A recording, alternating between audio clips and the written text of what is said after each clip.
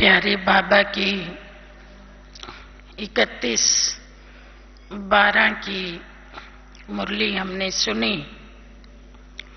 बाबा ने बच्चों को काम दिया कि जो भी मिले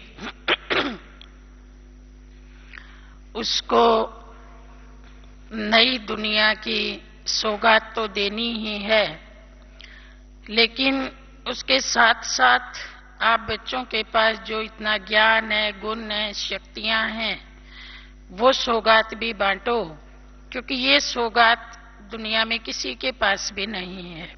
आपके पास ये नई चीजें हैं।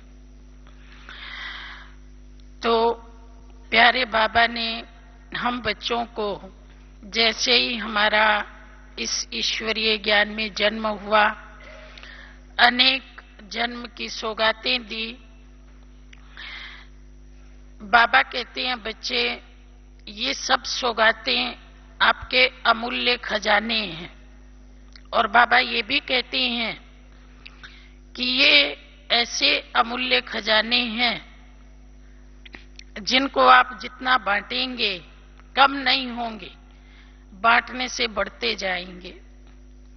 बाबा ने इसी सीजन की जो पहली मुरली चलाई उसमें कहा था कि ज्ञान आत्मा को बंधन मुक्त बनाता है। बाबा ये भी कहते हैं कि वर्तमान जीवन में जो दुख आए उनका कारण एकज भूल है। एकज भूल का अर्थ एक भूल से पैदा हुई अनेक भूलें, उसको कहते हैं एकज भूल। एक माना एक, जय माना जन्मी। एक भूल से जन्मी हुई अनेक भूलें। तो वो एक भूल कौन सी है? वो वास्तव में भूल यही है कि हमने मेरे को मैं मान लिया। ये शरीर मेरा है, इसके बजाय हम ये मानने लगे कि ये शरीर मैं हूं। प्रकृति और पुरुष का खेल है, लेकिन हमने पुरुष को भुला दिया और प्रकृति को ही मैं मान लिया। यही सबसे बड़ा अज्ञान है। और अपने आप को पुरुष मानना और इस प्रकृति को अपने अधीन चलाना, ये सबसे बड़ा ज्ञान है। तो जब ज्ञान खजाना भूल गया, अज्ञान जीवन में आ गया, तो बंधनों में बंध गई। और बाबा कहते हैं कि ज्ञान आत्मा को बंधन से मुक्त करता है। तो कितने बंधन आत्मा के ऊपर पड़ गए जब हम ज्ञान खजाने को भूल गए। लौकिक दुनिया में जब कोई व्यक्ति अपराध करता है तो उसको जेल में डालते हैं। तो जेल में क्या होता है? उसकी स्वतंत्रता खत्म हो जाती है। वो मर्जी का खा पी नहीं सकता, जहां चाहे वहां जा नहीं सकता, किसी से मनपसंद मन बहलाव नहीं कर सकता, मनपसंद पढ़ नहीं सकता। हर बात में उसके ऊपर बंधन होता है। अब देखा जाए तो घर भी उन्हीं ईंट पत्थरों से बना होता है, जेल भी ईंट पत्थरों से बनी होती है, लेकिन दोनों स्थानों में मनुष्य की मानसिकता अलग अलग होती है। इसी प्रकार से जब हम आत्मा की स्मृति में होते हैं तब भी देह में तो रहते हैं, और जब देह की स्मृति में होते हैं तब भी देह में तो रहते हैं, लेकिन दोनों अवस्थाओं में हमारी स्थिति में बहुत अंतर होता है। जब देह अभिमान में है तो बंधन में है। जहां मन को लगाना चाहते हैं वहां लगता नहीं है, और जहां से हटाना चाहते हैं वहां से हटता नहीं है। जिस समय सोना चाहते हैं उस समय नींद नहीं आती, और जब जागना चाहते हैं तो आंख नहीं खुलती। फिर हमारी आयु पर हमारा कोई वश नहीं, हमारे स्वभाव संस्कार पर भी हमारा कोई वश नहीं रहता। हमारा परिवार कैसा हो, काम धंधा कैसा हो, मौसम प्रकृति कैसी हो, सब चीजों के हम अधीन हो गए। तो एक भूल के कारण आत्मा कितने बंधनों में बंध गई। शरीर का भी बंधन, प्रकृति का भी बंधन, स्वभाव संस्कार का भी बंधन, कर्मों के भी बंधन। और जब ये भूल हमने सुधारी कि हम शरीर नहीं है, आत्मा है, पुरुष हैं, मालिक हैं, इस शरीर को चलाने वाले हैं, हम करावनहार हैं और ये कर्मेंद्रियां करनहार हैं, हम केवल साक्षी हैं, निमित्त हैं, कुछ समय के लिए इसमें मेहमान हैं। जब हमने भूल को सुधारा तो क्या हो गया, बंधन मुक्त बन गए। प्रकृति हमारे पर हावी नहीं होती, स्वभाव संस्कार हावी नहीं होता, पुराने कर्मों के बंधन बांधते नहीं है। रहते तो शरीर में ही है, लेकिन शरीर में रहते ही जैसे जीवन मुक्त अवस्था का अनुभव करते हैं। तो ज्ञान आत्मा को कर्म करने की कला सिखाता है, पुराने कर्म के बंधनों से मुक्त करता है, नए कर्म बंधन बनने नहीं देता है। ज्ञान को ही तीसरा नेत्र कहा जाता है, ज्ञान को ही अनमोल खजाना कहा जाता है। इसलिए जब हम दिवाली पर पूजा करते हैं तो लक्ष्मी के साथ साथ एक तरफ गणेश जी और दूसरी तरफ सरस्वती को भी दिखाते हैं, क्योंकि धन का भी अगर सुख भोगना है तो गणेश अर्थात बुद्धि चाहिए और सरस्वती अर्थात ज्ञान चाहिए। इन दोनों के बिना धन का भी सुख नहीं मिलेगा। तो ये ज्ञान धन सर्वोच्च धन है। किसी व्यक्ति के पास कितने भी हीरे मोती खजाने में पड़े हों, हीरे के व्यापारी लोग कागज में एक पुड़िया में हीरे रखते हैं, उनसे पूछो भाई ये क्या है कागज में, तो कहेंगे भाई ये तो 10 लाख की पुड़िया है, 20 लाख की पुड़िया है। एक छोटी सी पुड़िया की कीमत इतनी, क्योंकि हीरे बहुत कीमती होते हैं। लेकिन ज्ञान की एक बात की कीमत कितनी, उनके एक हीरे की कीमत चलो 10 लाख 20 लाख कितनी है, लेकिन ज्ञान की एक बात की कीमत कितनी, एक सेंटेंस की कीमत कितनी। इसलिए बाबा कहते हैं ज्ञान एक ऐसा पावरफुल बीज है जिससे सतयुग रूपी फल लगता है। कितना पावरफुल बीज है ये, जो इस सारी दुनिया को स्वर्ग में बदल देता है। एक बार बाबा ने एक मुरली में कहा था कि झुकना ही झूलना है। तो एक भाई मुरली सुनने गया हुआ था और जब उसने ये मुरली सुनी तो उसको बाबा की ये बात बहुत अच्छी लगी, झुकना ही झूलना है। और वो इसका चिंतन करते करते, मनन करते करते अपने घर में आया। तो जैसे ही घर में पहुंचा उसको सामने किसी रिश्तेदार का भेजा हुआ एक पोस्ट कार्ड दिखाई दिया। उसने उसको पढ़ा। रिश्तेदार ने पोस्ट कार्ड में एक समस्या लिखी हुई थी। समस्या ये थी कि उसका बेटा 6 महीने से उससे अलग रह रहा था उसी शहर में, और अब उसकी बच्ची की शादी थी तो वो चाहता था कि बेटा घर आ जाए, लेकिन बुलाए कैसे, क्योंकि बोलचाल बंद थी, आना जाना बंद था। तो उसने पूछा था कि तुम राय लिखो, मैं क्या करूं, मेरा बच्चा मेरे साथ मिलकर के चले, उसके लिए मैं क्या करूं। तो ये तो बाबा की मुरली सुन के आया था। बाबा ने ऐसे तो बहुत सारी बातें कही थी मुरली में, लेकिन ये एक बात इसके दिल को लग गई थी और उसी का मनन कर रहा था। तो उसने एक पोस्ट कार्ड उठाया और उसके ऊपर लिखा झुकना ही झूलना है, बस एक ही लाइन, और वो उस आदमी को पोस्ट कर दिया। तो उस आदमी को जब वो पोस्ट कार्ड मिला और उसको पढ़ा तो पूरा खाली है, ऊपर नीचे आगे पीछे, बस उसमें केवल एक लाइन लिखी थी कि झुकना ही झूलना है। बहुत सारी लाइनें लिखते हैं तो कई बार बहुतों का प्रभाव इतना नहीं पड़ता, लेकिन एक ही लाइन होती है तो वो एक लाइन दिल को लग जाती है। तो उसको भी ये बात दिल को लग गई और वो एकदम उठा और अपने बच्चे के घर की तरफ चल पड़ा। दरवाजा खटखटाया, बच्चे ने दरवाजा खोला तो उसने पूछा कि बेटा तेरी बहन की शादी में तू घर नहीं आएगा क्या? तो लड़का तो वास्तव में तैयार बैठा था, लेकिन वो केवल इसलिए नहीं जा रहा था कि कहीं मैं जाऊं और मेरी इंसल्ट ना हो जाए। तो उसके आगे मान अपमान की दीवार खड़ी थी और बाप बच्चे को बुलाना चाहता था लेकिन झुकना नहीं चाहता था। उसके आगे ईगो की दीवार खड़ी थी, मैं बड़ा हूं, मैं पहले कैसे झुकूं, उसको झुकना चाहिए।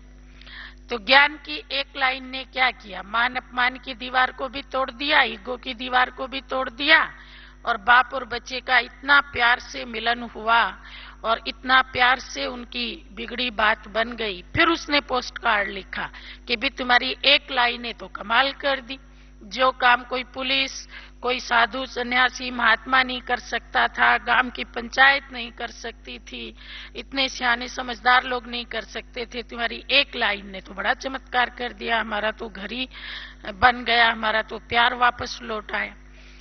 तो बाबा के ज्ञान की एक लाइन, अब आप इसकी कितनी कीमत कहेंगे? कहते हैं भाई एक हीरे की कीमत 1 लाख, 2 लाख, 5 लाख। अब ज्ञान की इस बात की कितनी कीमत आंकेंगे, जिसने 2 दिलों को मिला दिया या एक परिवार की सुख शांति वापस लौटा दी।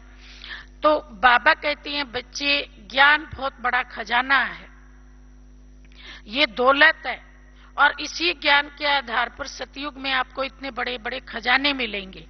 और बाबा रोज आपको इतने इतने ज्ञान रतन देकर के आपको माला माल बनाता है, क्योंकि ये प्योर ज्ञान है, निखालस सच्चा ज्ञान, बिना मिलावट वाला, डायरेक्ट भगवान के मुख से निकला हुआ।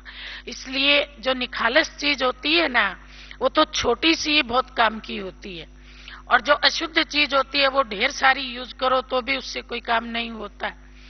तो ज्ञान की तो एक बूंद ही जीवन को बदलने के लिए बहुत है। तो बाबा कहते हैं बच्चे ये दूसरों को दो, इस ज्ञान का दान करो, ज्ञान की बातें, लेकिन ज्ञान की वही बातें दूसरों को लगती हैं जो बातें हमें लगी हुई होती हैं, जिन बातों की हमें अनुभूति होती है और वो हम दूसरे को बताते ही हैं, तो वो अनुभव जैसे हमारे से उस तक ट्रांसफर हो जाता है और वो उसकी भी अनुभूति बन जाती है। इसलिए बाबा कहते हैं ज्ञान का अनुभव करो, ज्ञान का मनन करो, ज्ञान की एक एक बात की गहराई में जाओ। सुनना अलग चीज है, लेकिन उसको समाना, धारण करना और उसका स्वरूप बनना वो अलग चीज है।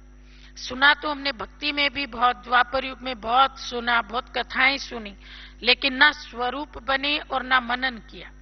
लेकिन अभी हमको ज्ञान की एक एक बात का अनुभवी बनना है। बाबा कहते हैं अनुभवी मूर्त ही सफलता मूर्त है। जब हम ज्ञान सुनाएं तो ऐसे नहीं लगे कि ये सुना रही है, लेकिन ऐसे लगे कि ये ज्ञान सुनाते सुनाते अपना अनुभव हमें अनुभव करा रहे हैं। तो बाबा कहते हैं ऐसे ही बाबा ने आप बच्चों को शक्तियों का बहुत बड़ा स्टॉक दिया है, खजाना दिया है। दुनिया के लोगों के पास शक्ति नहीं है, शक्तियों से वो खाली है, और इसलिए 2 मिनट बाबा को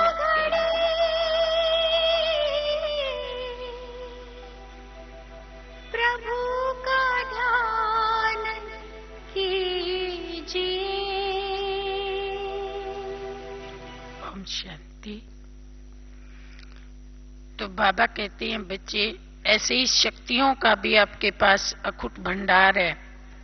जैसे हम कहते हैं कि जमीन के नीचे अनेक कीमती चीजें दबी पड़ी हैं, अगर हम ऊपर से देखें तो कुछ दिखाई नहीं देता है, लेकिन उसको खोदना पड़ता है। तो ऐसे ही बाबा कहते हैं आत्मा भी सर्व शक्तियों का स्वरूप है, लेकिन उनका अनुभव करना पड़ता है। जैसे किसी के पास बहुत सारा धन हो और वो उसको किसी कोने में रख दे और कभी भी ना देखे, तो उसका होना और ना होना बराबर हो जाता है। वो गरीब ही नजर आएगा, क्योंकि उस धन को ना देखता है, ना उसको उसका नशा है, ना उसका यूज करता है। तो ऐसे ही बाबा कहती हैं कि आत्मा में शक्तियां तो सब है, लेकिन आत्मा ना तो उन शक्तियों को यूज करती है, ना उनको देखती है, ना उनका नशा करती है, नशा रखती है। तो क्या हो गया, होते हुए भी जैसे आत्मा शक्तिहीन हो गई, और जब उनको देखती है, अनुभव करती है, उनका चिंतन करती है और उनको काम में लगाती है, तो जैसे वो शक्तियां बढ़ती चली जाती हैं। इसलिए बाहर से कहीं से हमको शक्ति नहीं मिलेगी। जितना जितना हम आत्मा का मनन करेंगे, आत्म स्वरूप में टिकेंगे, और जितना जितना हम ये स्मृति में लाएंगे कि ये सर्व शक्तियां ईश्वरीय जन्म सिद्ध अधिकार के रूप में हमें मिली हैं। जैसे लौकिक दुनिया में हम देखते हैं, किसी पिता के पास भले 1 करोड़ रुपया है मान लो, और उसके 2 बच्चे हैं, तो दोनों ही समझते हैं कि मुझे 50 लाख मिलेगा, दूसरा भी समझेगा कि मुझे 50 लाख मिलेगा। अगर हम किसी एक बच्चे को भी कहें कि भाई तुम 49 लाख ले लो, तो वो कहेगा क्यों, मेरा हक है, मैं तो पूरा का पूरा लूंगा, मैं अपना हक क्यों छोड़ूं। और अगर कोई मुझे मेरा हक नहीं देगा तो मैं कोर्ट कचहरी के द्वारा भी हक लूंगा। तो लौकिक पिता की संपत्ति पर बच्चे कितनी आंख रखते हैं, 1 पैसा भी कम नहीं लेना चाहते, कितना अपने आप को अधिकारी समझते हैं। तो ऐसे ही बाबा कहते हैं, बच्चे मैंने आपको जो ईश्वरीय जन्म सिद्ध अधिकार के रूप में शक्तियां दी हैं, क्या आप उन पर भी इतना हक रखते हैं कि शांति पर मेरा हक है, चाहे कुछ भी हो जाए मैं अपनी शांति रूपी शक्ति को नहीं छोड़ूंगा। कोई आए आपको कहे कि चलो थोड़ी सी तो शांति छोड़ दो, थोड़ी देर के लिए तो अशांत हो जाओ, तो हम क्या कहेंगे? क्या हम उस लौकिक बच्चे की तरह से अपने हक के प्रति इतने जागरूक हैं कि मैं क्यों अपनी शांति छोड़ूं, कुछ भी हो जाए, भगवान का वर्षा है, मुझे मिला है, मैं हकदार हूं, तुम चाहे कुछ भी करो, लेकिन मुझे अपनी शांति नहीं छोड़नी, खुशी नहीं छोड़नी, शक्ति नहीं छोड़नी, अपनी पवित्रता नहीं छोड़नी। ये तो मेरे ईश्वरीय जन्म सिद्ध अधिकार है। बातें आएंगी, परिस्थितियां आएंगी। लौकिक दुनिया में भी तो धन को चुराने वाले कितने लोग आते हैं। मान लीजिए कोई व्यक्ति सफर कर रहा है और उसके पास 10-20 हजार रुपया है और सामने की सीट पे कोई पॉकेट मार बैठा हो, तो वो उस पॉकेट मार को कभी नहीं कहता कि तुम ट्रेन से नीचे उतर जाओ। वो कहेगा इसको बैठा रहने दो, मैं अपना पैसा संभाल के रखूंगा। और वो अपने पैसे को इतना कस के पकड़ लेता है, नींद आएगी तो भी सोएगा नहीं, इसलिए कि सामने पॉकेट मार बैठा है। पैसे को नहीं छोड़ेगा कुछ भी हो जाए, क्योंकि उसको पता है पैसे का दुश्मन सामने बैठा है। तो जितना दुश्मन सामने एक्टिव होके बैठा होगा ना, उतना अधिक एक्टिव होकर के वो अपनी चीज को संभालेगा। तो बाबा भी हम बच्चों को कहती हैं कि जैसे दुनिया में पॉकेट मार लोग हैं, ऐसे ही दुनिया में शांति मारने वाले, खुशी मारने वाले, पवित्रता मारने वाले लोग भी हैं। तो आपको क्या करना है? आप ये थोड़े कहेंगे कि ये भाई मेरी शांति को खत्म करने वाले तुम यहां से चले जाओ, मेरी खुशी को छीनने वाले तुम यहां से चले जाओ, ऐसे थोड़े कहेंगे आप। जैसे उसने अपने धन को कस के पकड़ लिया, अभी अपनी खुशी को कस के पकड़ लो, चाहे कुछ भी हो जाए, मुझे अपनी खुशी नहीं छोड़नी है, शांति नहीं छोड़नी है, शक्ति नहीं छोड़नी है। जब कोई भी बात आती है तो जो अपोजिट चीज होती है, सामना करने वाली चीज होती है, उसको मजबूत बनाया जाता है। जैसे मान लीजिए ठंडी के दिनों में बहुत तेज ठंडी हवा चल रही है और हमने शॉल ओढ़ा है, तो हम क्या करते हैं? उसको कस के पकड़े रखते हैं ना। ऐसे तो नहीं कि हवा आई तो हमने शाल को ढीला छोड़ दिया, चलो भाई तुम उड़ जाओ बेशक। गर्मी के दिनों में मान लो हमारे हाथ में पंखा है और बहुत पसीना गर्मी है, तो हम हाथ वाला पंखा फेंक थोड़े देते। जितनी गर्मी बढ़ेगी हम पंखे से उतना ही ज्यादा हवा करेंगे। तो ऐसे ही अगर सामने अशांति का वातावरण है तो क्या हम अपनी शांति को छोड़ दें कि भाई ठीक है ले जाओ मेरी शांति को? दुख का वातावरण है तो अपने सुख को छोड़ दें, उनके साथ हो जाएं, ठीक है भाई तुम दुखी हो तो मैं भी दुखी हो गया। अब पवित्रता का वातावरण है, ऐसी बातें हो रही हैं, तो क्या हम भी अपनी पवित्रता को छोड़ दें कि भाई ठीक है मैं भी तुम्हारे साथ मिल जाता हूं? नहीं, ऐसे मौके में तो जो हमारे पास चीज है उसको हमें और मजबूती से पकड़ना होता है। जैसे हमने मिसाल लिया, ठंडी के दिनों में हम हवा के आगे अपनी शॉल को मजबूती से पकड़ लेते, तो ऐसे ही अपवित्र वातावरण में तो पवित्रता को और अधिक मजबूती से पकड़ना है। दुख के वातावरण में तो खुशी को और अधिक मजबूती से पकड़ना है, और अधिक। ऐसे ही अशांति के वातावरण में शांति को और अधिक मजबूती से पकड़ना है, क्योंकि तभी तो प्रत्यक्षता होगी। नहीं तो अगर हम उनके रंग में रंग गए, उन जैसे हो गए, तो ये कमजोरी का प्रतीक होगी। हम इतने कमजोर हैं कि बह गए उनके संग में। हमारे पास शक्ति नहीं थी जो हम उसका सामना कर पाते। एक बार एक माता ने अनुभव सुनाया कि मैं सुबह सुबह अपनी बच्ची को, सोई हुई को उठाती हूं तो वो उठती नहीं है, तो मुझे बहुत गुस्सा आता है। सुबह सुबह ही मेरा मन खराब हो जाता है। उठ उठ ऐसे कहते कहते 10 मिनट खराब हो जाते हैं। वो इधर से उधर, उधर से इधर ऐसे बिस्तर पे करती रहती है। फिर मैं ऐसे ही बड़बड़ाती हुई गुस्से में नीचे आती हूँ, फिर चाय वाय बनाती हूँ, फिर भी देखती रहती हूँ आई कि नहीं, आई कि नहीं। तो एक दिन मैं आश्रम पे गई तो मैंने एक प्रवचन सुना कि चाहे कुछ भी हो जाए अपनी खुशी को नहीं छोड़ना। जीवन चला जाए बेशक, बाबा कहते हैं, लेकिन खुशी नहीं जानी चाहिए, क्योंकि बिना खुशी के जीवन होना किस काम का। जीवन हो तो खुशी के साथ हो। तो मैंने ये प्रण किया कि मैं अपनी खुशी को नहीं छोड़ूंगी। तो अगले दिन मैंने अपनी बच्ची को एक आवाज दी, वो उठी नहीं जैसे वो हमेशा करती है। तो मैंने सोचा मैं अपनी खुशी को क्यों छोड़ूं, तो मैं नीचे आ गई, चाय वाय बनाने लगी। तो बच्ची ने इंतजार किया कि आज तो मम्मी दोबारा नहीं बोली, तिबारा नहीं बोली, आज तो मम्मी ने गुस्सा भी नहीं किया, क्या हुआ। अब जब कोई गुस्सा करता है तो सोने में मजा आता है, जब कोई गुस्सा ही नहीं करता है तो सोए सोए क्या करेंगे। तो वो 2-3 मिनट के बाद उठ करके नीचे चली गई और देखा उसने माँ तो शांति से अपना किचन में काम कर रही है। तो कहा मम्मी आज आपने गुस्सा नहीं किया। तो माँ ने कहा तू भी जल्दी आ गई, मैंने गुस्सा नहीं किया। तो उसने कहा कि जब आपने गुस्सा नहीं किया तो मुझे सोने में मजा ही नहीं आया। पहले आप थोड़ा झल्लाते थे, फिर मुंह ऐसा ऐसा बनाते थे तो मैं ऐसे देखती थी, कार्टून की तरह आपका मुंह बनता था तो मुझे बहुत मजा आता था, लेकिन आज मजा ही नहीं आया। तो उस बहन ने सोचा, देखा इतने दिनों से मैं गुस्सा करके सोच रही थी कि मैं इसको सुधार दूंगी, पर ये तो नहीं सुधरी, पर मैं जरूर बिगड़ गई। तो हम दूसरों को सुधारने की कोशिश में अपने को बिगाड़ लेते हैं। तो बाबा कहते हैं बच्चे तुम सुधरोगे तो दूसरा सुधरेगा, और अगर दूसरे की बिगड़ी हुई स्थिति को देख के तुम भी बिगड़ गए तो दोनों के ही सुधार का रास्ता बंद हो जाएगा। इसलिए हमें अपने मूल्यों को, अपनी शक्तियों को, बाबा के दिए हुए जन्म सिद्ध अधिकार को दूसरे व्यक्ति के स्वभाव संस्कार के कारण छोड़ना नहीं, कुछ भी हो जाए। इतनी अपनी स्थिति को मजबूत रखना है, शक्ति को पकड़ के रखना है, स्थिति को मजबूत बना करके रखना है।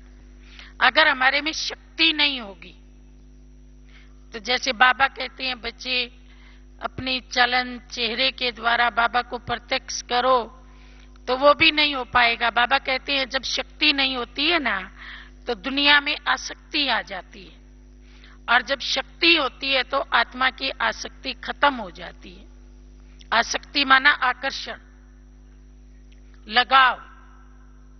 अब बाबा की प्रत्यक्षता तो होगी बेहद के वैराग से, लेकिन हमको राग आ गया, आकर्षण आ गया, तो हम भी उसमें डूब गए। बाबा कहते हैं राग में और वैराग में थोड़ा सा ही अंतर है, एक ही शब्द का अंतर है ना, राग और वैराग।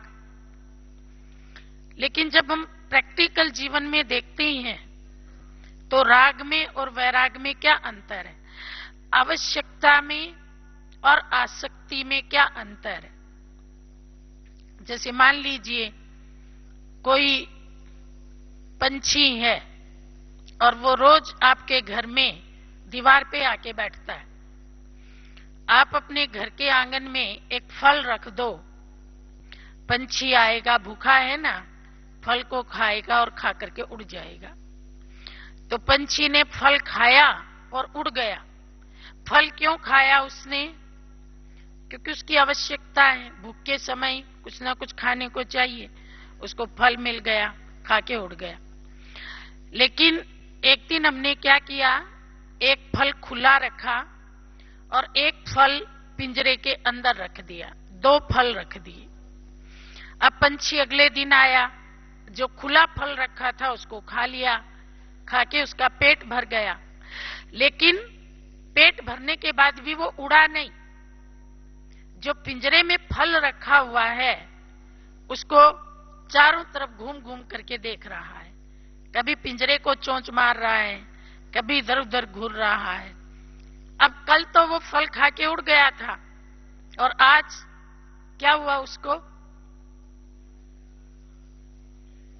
पेट तो आज भी भर गया ना, पेट तो भर गया ना, जैसे कल भर गया था, पर कल उड़ गया था, आज उड़ा क्यों नहीं? क्योंकि जो दूसरा फल है उसकी उसको आवश्यकता नहीं है और वो उसकी पहुंच में भी नहीं है, लेकिन उसको देख देख करके उसकी आंखें उसमें उलझ गई है। इसको कहते हैं आकर्षण और आसक्ति, इसको कहते हैं राग और लगाव। मिलने कुछ नहीं है, मिलेगा कुछ भी नहीं, और मिल भी जाएगा तो उसका कोई यूज नहीं है क्योंकि पेट तो भरा हुआ है, लेकिन आंखें उसमें उलझ गई हैं। तो जब कोई भी कर्म इंद्रियां बिना बात के, बिना आवश्यकता के किसी चीज में उलझती हैं, मिल जाए तो कोई प्रयोजन नहीं और वैसे उसका चिंतन, तो उसको कहते हैं राग, आकर्षण, आसक्ति। तो बाबा कहते हैं जब आत्मा में शक्ति नहीं होती है, समझ नहीं होती है, वो अपने आप को हटा नहीं सकती है वहां से, तो वो उसमें फंस जाती है, फंस करके कमजोर भी होती है और अपना समय और अपनी एनर्जी को भी नष्ट करती है। इसलिए आसक्ति से बचना है। इसके अलावा एक होता है लोभ। लोभ तो बड़ी चीज है, आसक्ति सूक्ष्म चीज है, लोभ मोटी चीज है जो समझ में आ जाता है। बाबा कहते हैं लोभ भी नहीं रखना है, क्योंकि लोभ से कोई लाभ नहीं है।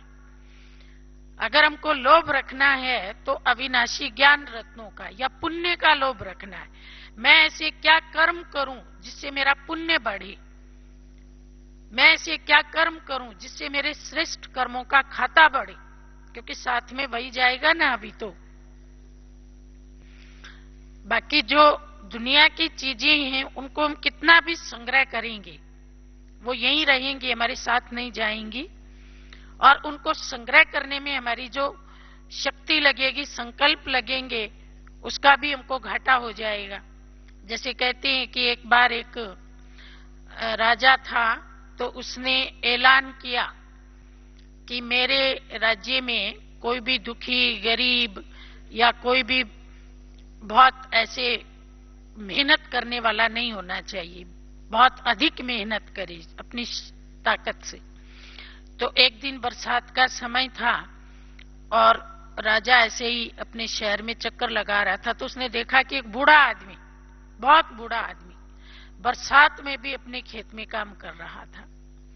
तो राजा को बड़ा बुरा लगा कि मेरे राज्य में कोई बूढ़ा आदमी और वो भी बरसात में और रात में काम करे, इसको ऐसी क्या मुसीबत आ पड़ी है।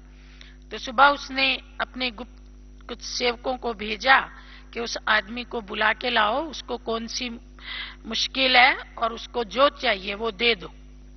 तो वो आदमी मिलने आया और उसने कहा कि मेरे को बस एक बैल है, लेकिन मेरे को दूसरा बैल चाहिए। तो राजा ने कहा ये क्या बड़ी बात है भाई, इसको दूसरा बैल दे दो। तो उसने कहा नहीं महाराज, मेरा जैसा बैल है ना, मेरे को वैसा का वैसा चाहिए, बिल्कुल वैसा का वैसा चाहिए। तो राजा को आश्चर्य हुआ, भाई ऐसा कैसा बैल है। तो कहा महाराज आप देख के आओ और देख करके उसकी जोड़ी का बैल मुझे दो। तो राजा ने कहा ठीक है, तो उसके साथ गया राजा। तो वो उसके घर में गया, एक कमरा पार किया, फिर दूसरा पार किया, फिर तीसरा पार किया, फिर थोड़ा सीढ़ी नीचे उतरे, उसके बाद बहुत अंधेरा कमरा आया और वहां उसने देखा कि एक बैल खड़ा है, लेकिन वो हीरे मोती और माणिक से जड़ा हुआ है। तो उसने कहा देखो, मैंने इतने दिनों में एक बैल तो तैयार कर लिया, लेकिन अब मुझे इसकी जोड़ी का दूसरा बैल चाहिए, इसलिए मैं बरसात में भी रात को काम करता हूँ। राजा, अगर आप ऐसा बैल मुझे दे सकते हैं तो मैं रात को काम करना छोड़ दूंगा। अब राजा के पास भी ऐसा बैल तो नहीं है ना, ये तो विचित्र प्रकार का बैल है। तो ये क्या है? ये आसक्ति नहीं है, ये लोभ है। और कहती हैं लोभ से कभी लाभ नहीं होता। इतना मिल गया अभी और मिल जाए, इतना मिल गया अभी और मिल जाए, इतनी चीज इकट्ठी हो गई अभी और इकट्ठी हो जाए। थोड़ी छोटी चीजों का भी लोभ होता है, बड़ी चीजों का भी होता है। हीरे माणिक मोती का भी लोभ होता है और पाई पैसे की चीजों का भी लोभ होता है। संग्रह करने का जो संस्कार होता है ना, तो वो पाई पैसे की चीज का भी हम संग्रह करेंगे और बड़ी चीज का भी संग्रह करेंगे, जिसकी जैसी कैपेसिटी होगी। लेकिन बाबा कहते हैं बच्चे, संगम युग बांटने का युग है। अपनी आवश्यकता से अगर अधिक आपके पास है तो उसको बांट करके पुण्य कमाओ, संग्रह मत करो। संग्रह की हुई चीजें तो सबकी सब यही छूट जाएंगी और आपने उनके संग्रह में जो समय शक्ति लगाया वो भी आपका व्यर्थ जाएगा। जैसे आजकल अपन क्या करते हैं, मान लो अपने पास यहाँ पे कोई किताब है बहुत बड़ी और अपने को लंदन भेजनी है, तो क्या करते हैं, ईमेल का बहुत सुंदर तरीका है। ईमेल है, उसके थ्रू अपन क्या करते हैं, उन किताब के अक्षरों को लाइट में कन्वर्ट करते हैं और वो तारों के माध्यम से 1 मिनट में लंदन पहुंच जाती है। तो कन्वर्ट कर दिया उसको। तो ऐसे ही बाबा कहते हैं बच्चे, आपका अपना जो भी कुछ है उसको ट्रांसफर करो, कन्वर्ट करो। अभी आपके पास जो भी कुछ है वो डायरेक्ट वहां नहीं जाएगा, उसमें बहुत मुश्किल है। लेकिन आपके पास जो भी कुछ है उसको आपने यहां सफल किया तो उसका जो रिजल्ट आपको मिला वो सूक्ष्म रूप में आपके साथ जाएगा। इसलिए उसका सूक्ष्मीकरण करो। जो आपके पास स्थूल चीजें हैं उनको सूक्ष्म रूप में कन्वर्ट कर दो, पुण्य में, दुआओं में, फिर वो चीजें आपके साथ जाएंगी। और इसी तरह से बाबा कहते हैं बच्चे, गुणों का दान करो। अब गुणों का दान कैसे करेंगे? गुण कोई दिखने वाली चीज तो है नहीं, अमूर्त चीज है। किसी को नम्रता चाहिए, सत्यता चाहिए, पवित्रता चाहिए, दिव्यता चाहिए, संतुष्टता चाहिए। तो कैसे दान करेंगे? उसके लिए बाबा कहते हैं कर्मों के द्वारा गुणों का दान करो। और बाबा ये भी कहते हैं जैसे कर्म हम करेंगे हमको देख करके और करेंगे। एक बार एक आश्रम पे एक युगल ने आना शुरू किया, तो उनके 2 छोटे छोटे बच्चे थे, वो भी उनके साथ आने लगे। एक 4 साल की बच्ची थी और दूसरी 2 साल की बच्ची थी। तो 1 साल के बाद हमने उनसे पूछा कि भाई आप आश्रम पे आते हैं तो आपको क्या फायदा हुआ यहाँ आने से? तो उन्होंने कहा बहन जी बहुत फायदा हुआ हमको। तो हमने कहा कोई फायदा सुनाओ तो सही। तो उन्होंने कहा हमारे बच्चे दोनों बहुत बदल गए। तो हमने सोचा ये 4 साल के और 2 साल के बच्चे क्या बदल गए भाई? छोटे छोटे बच्चों में क्या परिवर्तन आया होगा? बड़ा तो चलो गुस्सा छोड़ दे, झूठ छोड़ दे, पर छोटे छोटे बच्चों में क्या परिवर्तन आया होगा? तो उसने कहा बहन जी जब ये आश्रम पे नहीं आती थी तो दोनों बच्चियां खेलती थी घर में। तो मैंने पूछा क्या खेलती थी? तो बोला एक मम्मी बनती थी और एक पापा बनती थी। एक भोजन खिलाती थी और दूसरी उसकी थाली को फेंक देती थी। ऐसे ये लोग खेल खेलते थे। तो मैंने पूछा अब क्या हुआ, अब खेलना बंद कर दिया क्या? बोला नहीं, खेलना बंद नहीं किया, लेकिन अब इन लोगों ने एक लकड़ी का, एक कागज का बॉक्स कहीं से ढूंढ लिया है और एक सफेद कागज जिसके ऊपर कुछ लाइनें लगा ली हैं। तो अब ये क्या करती हैं, जब भी इनको खाली टाइम मिलता है ना, तो एक बहन तो वो बॉक्स लेके बैठ जाती है और उसको उंगली से दबाती है, उसमें है नहीं कुछ भी, जैसे टेप रिकॉर्डर को दबाती है ना ऐसे, और दूसरी उससे थोड़ी दूरी पे बैठ जाती है उस सफेद कागज को लेके। तो जैसे ही वो बटन दबाती है, दोनों ध्यान में बैठती हैं, थोड़ी देर आंख बंद करके, फिर वो एक आंख खोलती है तो उस कागज को हाथ में लेके बोलती है, मीठे बत्ते कभी धूत नहीं बोलना, ऐसे ऐसे करके। अब इनका ये खेल हो गया है। थोड़ी देर के बाद वो भी अपना बंद करती है, फिर दोनों आंख बंद करके बैठती है। तो मैंने पूछा, आपने पहले वाला खेल इनको सिखाया था? बोली नहीं। तो मैंने कहा, दूसरा खेल आपने इनको सिखाया था? बोली नहीं। तो मैंने कहा, ये कैसे सीख गई? पहले वाला खेल कैसा था? जैसे पहले घर था, और बाद वाला खेल कैसा है? जैसा बाद में घर बन गया। तो बाबा कहते हैं बच्चे गुणों का दान करो। तो कैसे करेंगे गुणों का दान? आप अगर बच्चों को ऐसे ही बिठा के कहो, बेटा ये खेल छोड़ दो, ये खेल सीखो, ऐसे मत खेलो, ऐसे खेलो, तो बच्चे मानेंगे क्या? बच्चे हों या बड़े हों, कोई भी हों। लेकिन जब रोज ही एक चीज को देखेंगे, रोज ही हम किसी को मीठा बोलते देखेंगे, तो हम भी कड़वा बोलना भूल जाएंगे। जब रोज ही किसी को बहुत उदार दिल देखेंगे, तो हमारी छोटी दिल भी खत्म हो जाएगी। जब रोज ही किसी को दातापन के भाव में देखेंगे, तो हमारा भी लेवतापन खत्म हो जाएगा। जब रोज ही किसी को देखेंगे, ये तो भूल जाता है, बातों को अक्षमा कर देता है, तो हमारे अंदर भी जो अहंकार होगा, बातों को याद करने की आदत होगी, वो भूल जाएंगे। इसलिए बाबा कहते हैं कर्म करके दिखाओ। जैसे बाबा ने, मम्मा ने कर्म करके दिखाया, जैसे हमारी बड़ी दादियों ने, हमारी बड़ी बहनों भाइयों ने हमें कर्म करके दिखाया, तो ऐसे हम भी कहने के बजाय करके दिखाएं। इसलिए कहते हैं रेडियो में और टीवी में अंतर है।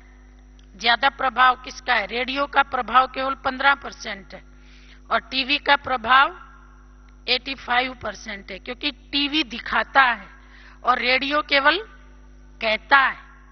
तो कहने वाले का असर नहीं हुआ, लेकिन दिखाने वाले का असर देखो कितना है, सारी दुनिया उसके प्रभाव में। तो हम बच्चों को रेडियो नहीं बनना है, लेकिन टीवी बनना है।